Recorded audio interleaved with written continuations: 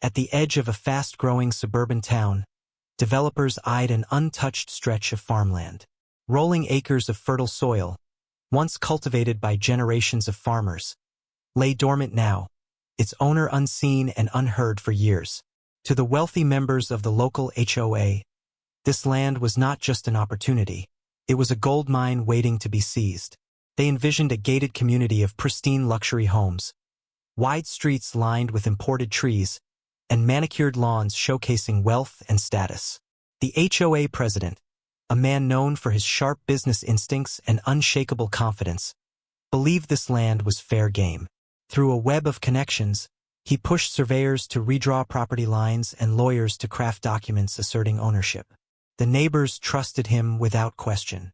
After all, he had transformed empty lots into bustling developments before. This project, they thought, would be his crowning achievement.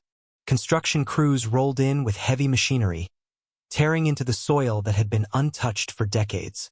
Week by week, roads were paved, foundations laid, and walls erected. The HOA poured millions into the project, confident they were building the next prestigious neighborhood in town. Prospective buyers flocked to the site, eager to claim a piece of the dream. Homes sold before they were even completed. To the HOA, everything was going perfectly. But there was one man they had not accounted for, the rightful owner of the land. He had inherited the property from his father, who had quietly purchased it decades earlier and left it untouched as its value grew. Though he lived in another part of town, he kept meticulous records and always paid the property taxes on time. He knew every legal detail tied to his inheritance, including the original deeds filed in the county registry. The HOA never bothered to speak to him. Instead, they assumed that silence meant opportunity. They even attempted to intimidate him with letters claiming he had no rights to the property. When he received those notices, he didn't argue, didn't call, didn't confront them. Instead, he watched. He understood that the HOA's arrogance was digging them deeper into trouble with every brick they laid.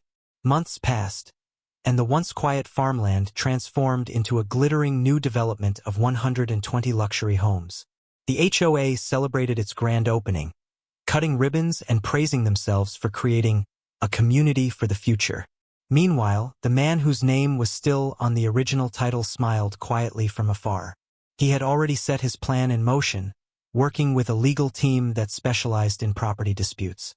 Every document, every survey, every tax receipt was lined up like dominoes. When the final home was finished and families began moving in, the HOA's president boasted publicly about their triumph. The development had increased property values, brought in wealthy residents, and cemented his reputation as an unstoppable leader. But behind closed doors, a different story was brewing. Letters from attorneys began arriving. County officials started asking questions about the legitimacy of the land transfer. The HOA brushed it off, confident they could outspend anyone who challenged them. They didn't realize that this time, the law was not on their side. The rightful owner's legal trap had already sprung, and every home in that gleaming neighborhood stood on ground that wasn't theirs to sell. And just as the HOA celebrated their victory, the first signs of their downfall began to appear. The man whose land had been stolen lived far from the noise of suburban politics. He led a quiet, disciplined life, working diligently at his profession while keeping close watch over his family's inheritance. His father had taught him never to underestimate the power of ownership documents and the county land registry. While others were impressed by shiny new homes and fast-talking developers, he trusted only what was written in ink and sealed by the court. When the first letters from the HOA arrived, demanding he relinquish any claim to the land, he read them carefully and set them aside. They were full of bravado but thin on legal substance. Instead of rushing into confrontation, he hired a legal team renowned for handling complex property disputes. These were attorneys who thrived on untangling fraudulent claims, and they knew how to build a case slowly, brick by brick, until it became unshakable. While the HOA poured millions into construction, the man's lawyers quietly gathered every deed, map, and tax record connected to the land. They confirmed that no sale had ever taken place, no transfer had ever been filed, and no surveyor could legally alter the original boundaries without his consent. The HOA had built their dream neighborhood on ground that didn't belong to them, and every nail they drove only deepened their liability. He made no effort to stop the work. The developers assumed his silence meant defeat. But to him, it was the perfect opportunity to let them invest more of their own money, build homes that would later become his, and fall deeper into the trap they couldn't see. He understood that timing was everything. If he challenged them too early, they would fight back with their wealth and influence.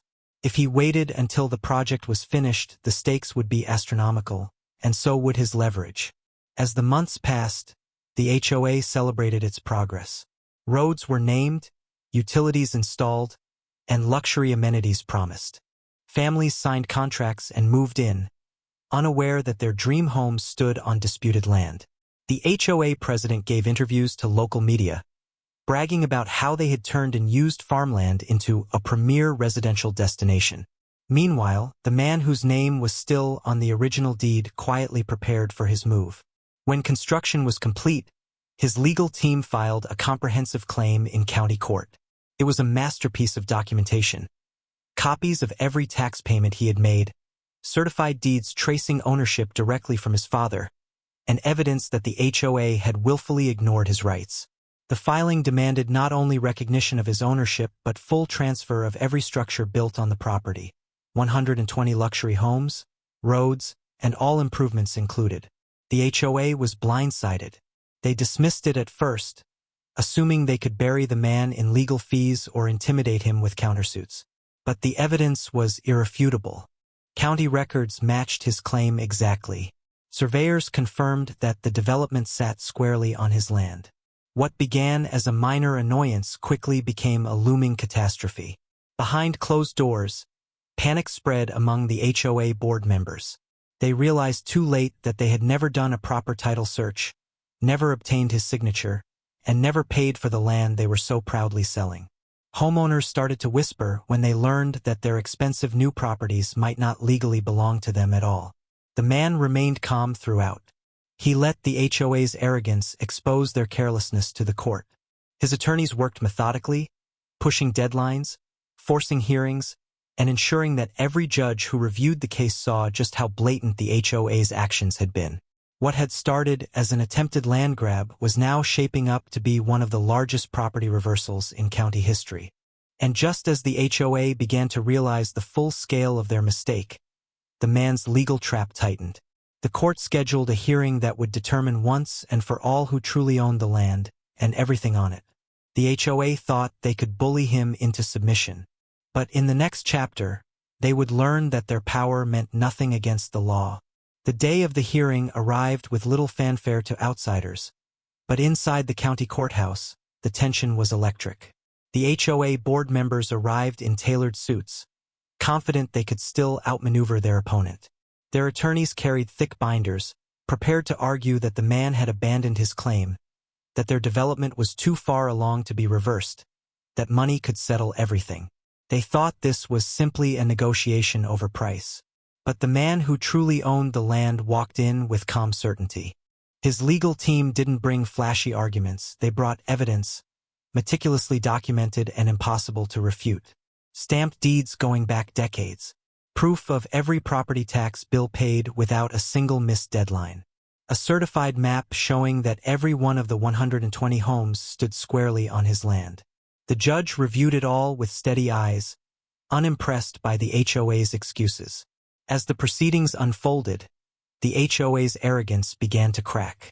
Their attorneys tried to claim that the development had been approved by local authorities, but county records showed no official transfer of ownership. They argued that the man had waited too long to assert his rights, but the law was clear. He had never relinquished them. Every legal move the HOA made collapsed under the weight of solid documentation. Word of the dispute spread quickly through the new neighborhood. Homeowners who had invested their savings in luxury properties began to panic. Rumors swirled that they might lose their homes, that they might have to pay again for land they thought they already owned. Some even feared eviction.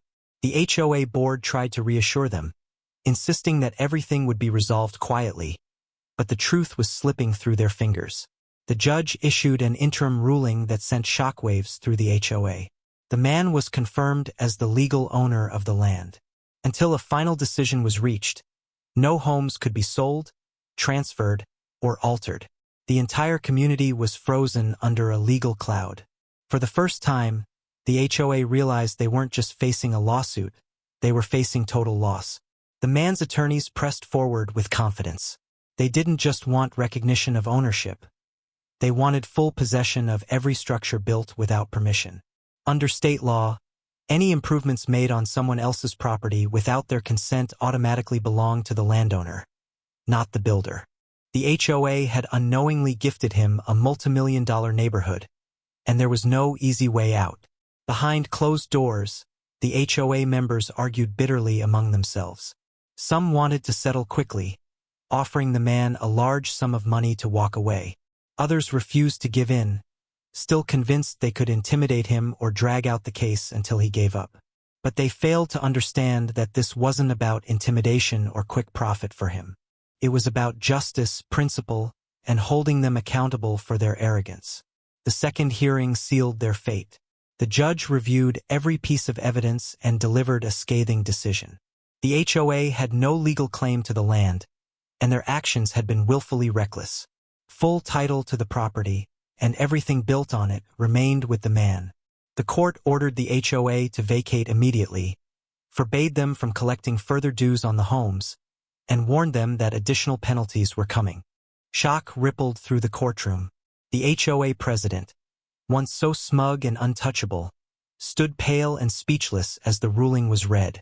Homeowners gasped as they realized their dream houses no longer belonged to them, or to the HOA, but to the man they had been told was irrelevant. The trap had sprung perfectly, and there was nothing they could do to stop it. But for the man, this was only the beginning. With the court's decision in hand, he now had to decide what to do with an entire neighborhood that legally belonged to him. The HOA was in ruins, but their arrogance had created a new challenge. What to do with 120 luxury homes that were never supposed to exist under his ownership? And as the dust settled in the courtroom, the battle shifted from law to reality. His ruling spread through the town like wildfire, igniting panic in the pristine neighborhood the HOA had so proudly built. Overnight, the luxury development transformed from a dream community into a cautionary tale. Homeowners who had once flaunted their new addresses now avoided eye contact with neighbors, fearing that their investments were worthless. Moving trucks stood idle, real estate listings vanished, and lenders began calling in loans.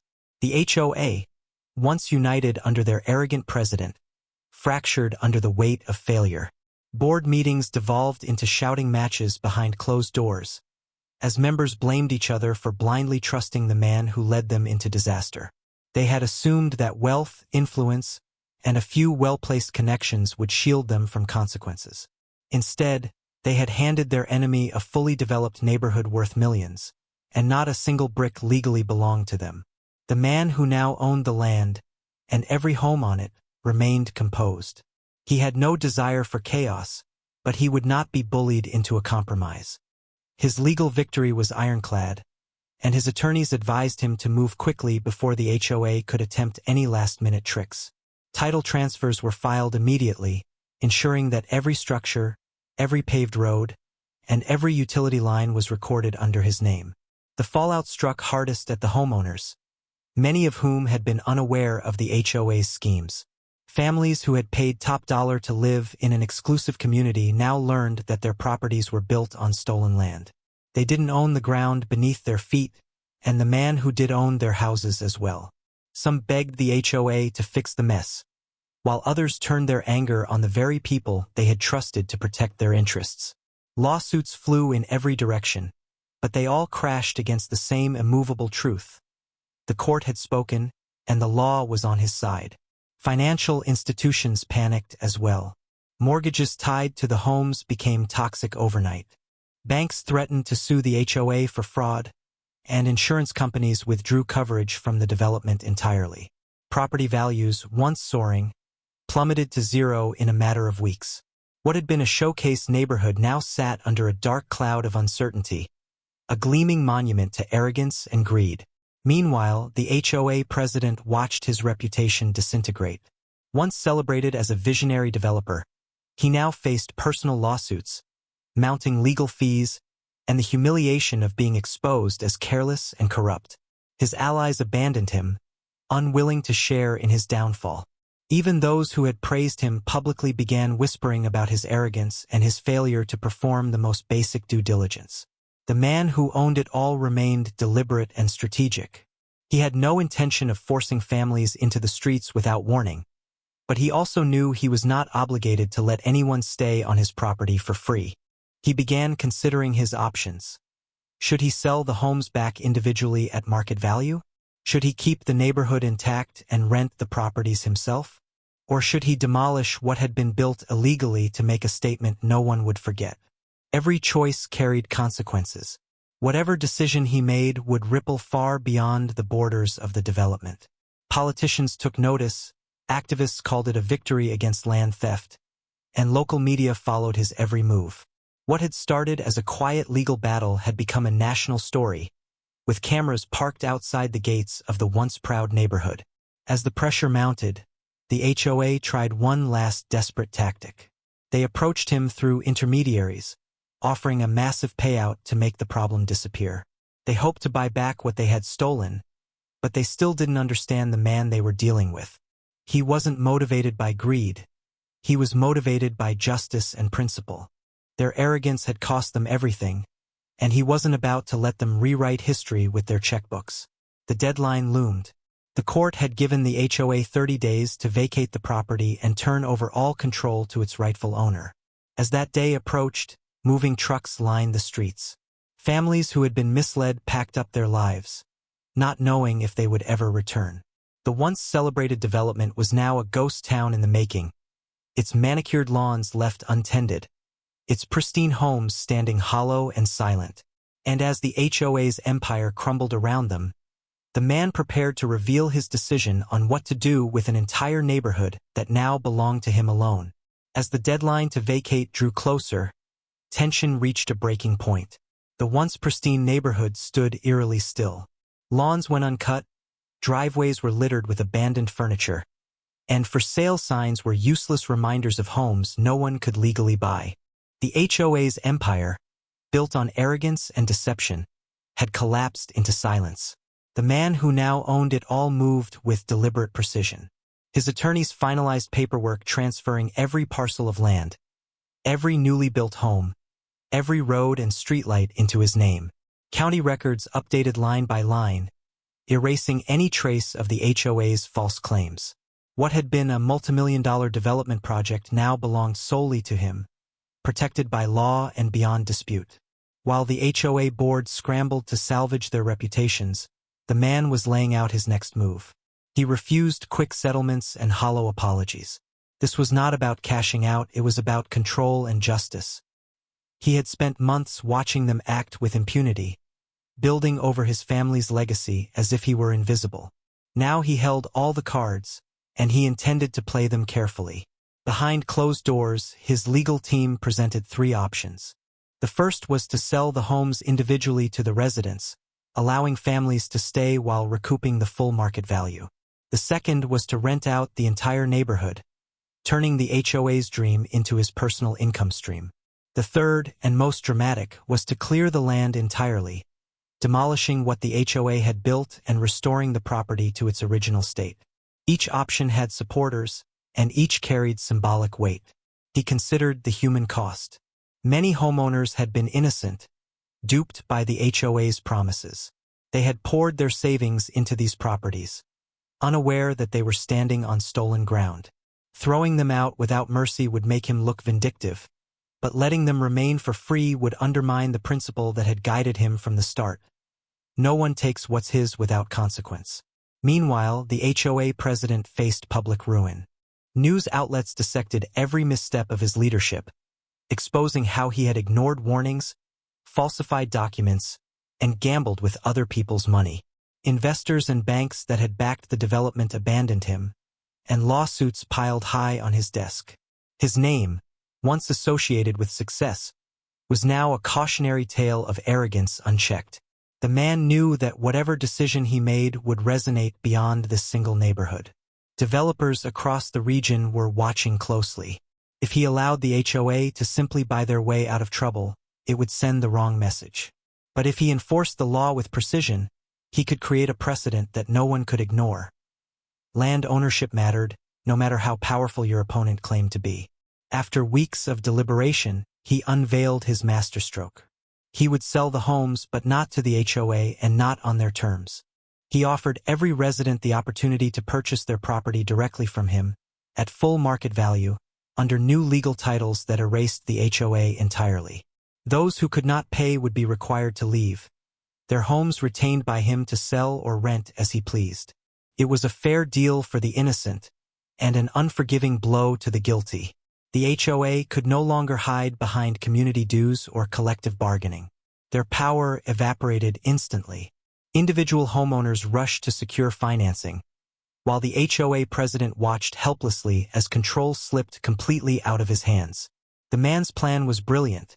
It punished corruption at the top while giving ordinary families a path to stability. When the 30-day deadline arrived, moving trucks lined the streets once more. Some families, unable to meet the new terms, packed up and left in frustration, cursing the HOA for deceiving them. Others signed new agreements and stayed, grateful to finally own their homes legally. Slowly, the neighborhood came back to life, not under the iron fist of an arrogant board, but under the clear authority of the man who had outsmarted them all. By the time the HOA officially dissolved, the man had turned their multimillion-dollar development into his personal empire. Every sale, every rent payment, every dollar flowed to him. The president who once tried to intimidate him walked away disgraced and bankrupt, a man who had destroyed himself by thinking he could outsmart the law. And as the dust settled, one question remained. How would this stunning victory echo beyond the neighborhood's gates? When the last signatures were inked and the last moving truck rolled out, the neighborhood stood transformed. Not just in legal ownership, but in spirit. Gone was the arrogance that had once fueled its creation. The manicured streets and gleaming houses now represented something entirely different. A triumph of patience, preparation, and justice over greed and intimidation. The man who now held title to the entire community didn't gloat publicly. He didn't hold press conferences or boast about his victory. Instead, he quietly went about finalizing sales to those families who had chosen to stay, carefully screening buyers to ensure that the people moving in understood the value of respect and integrity. The neighborhood no longer belonged to an HOA that ruled by fear. It belonged to him and, by extension, to those who respected the rule of law. As the weeks passed, news of his victory spread far beyond the county. Legal analysts dissected the case, using it as a textbook example of how property rights could prevail against powerful organizations. Local politicians scrambled to distance themselves from the disgraced HOA board, some even proposing new regulations to prevent similar schemes in the future. Developers everywhere took notice, realizing that cutting corners and trampling over rightful owners could end in ruin. The former HOA president, once celebrated as a visionary, now faced personal financial collapse. His properties were seized to satisfy mounting legal judgments, his reputation in shambles. Invitations to exclusive events dried up, business partners turned their backs, and even old friends refused to take his calls. He had believed himself untouchable, but the law had proven otherwise. His downfall became a cautionary tale whispered in boardrooms and country clubs across the state. Meanwhile, the man who had orchestrated the legal trap kept building on his victory, not by expanding his empire recklessly, but by showing other landowners how to protect themselves. He spoke quietly at community meetings, advised neighbors about the importance of keeping records, and supported efforts to strengthen property protections. He understood that his win was bigger than just a personal triumph. It was proof that ordinary people, armed with diligence and knowledge, could stand up to even the wealthiest adversaries. The neighborhood itself slowly stabilized. Families who had stayed under the new ownership felt a shift in atmosphere. Without an HOA dictating every detail of their lives, residents worked together informally to keep their community beautiful. The man reinvested some of his earnings into improving infrastructure, repairing roads, upgrading utilities, and creating green spaces where children could play. What had begun as a monument to arrogance was becoming a symbol of resilience. Yet the story never truly faded from memory. News channels revisited it every few months, marveling at how a single man had outsmarted an entire board of powerful individuals by simply knowing his rights and refusing to be intimidated. Activists cited his case as evidence that justice could still be found in a system often thought to favor the rich.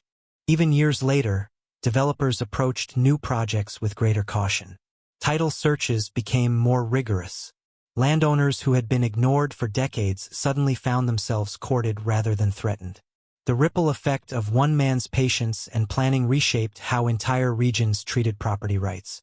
For him, the victory was never about revenge. It was about legacy. His father had entrusted him with the land, and he had honored that trust. By letting the HOA build freely before striking, he had ensured that their arrogance would cost them everything they thought they owned. In the end, his silence had been louder than any protest, his preparation sharper than any threat. As he walked through the streets of the neighborhood now fully his, he reflected on how easily the story could have ended differently. If he had reacted in anger, if he had sold out too early, if he had failed to keep meticulous records, the HOA might have succeeded in stealing his inheritance. But by staying calm, patient, and precise, he had turned their own ambition into his greatest weapon. The development now stood not as a prize, but as a reminder. Wealth and power mean nothing without respect for the law. The HOA had learned this lesson too late, and their downfall was complete. The man, on the other hand, had secured not just a neighborhood, but a legacy his father would have been proud of. And so, the tale of 120 homes built on stolen land ended exactly as it should, not with injustice rewarded, but with the law reaffirmed, and one man's quiet resolve proving stronger than arrogance, intimidation, and greed. 19.